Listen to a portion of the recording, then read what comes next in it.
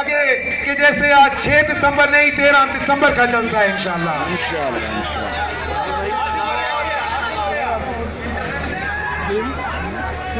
राना आतिफ सऊद साहब स्टेज पे तशरीफ ला चुके हैं।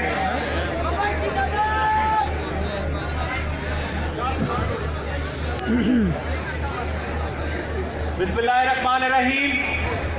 बाहर जो लोग सोशल मीडिया के लोग बाहर खड़े हैं उनको मैं दावत देता हूं कि अंदर आ जाए। मरियम बाजी तशरीफ लाने वाली है। मरियम नवाज शरीफ पंडाल में तशरीफ लाने वाली है। सब लोगों से गुजारिश है कि वो अंदर तशरीफ ले आए।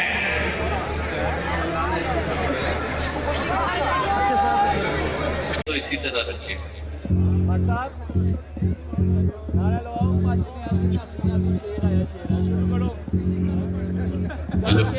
शेर आया बचने आती नसने आती बचने आती नसने आती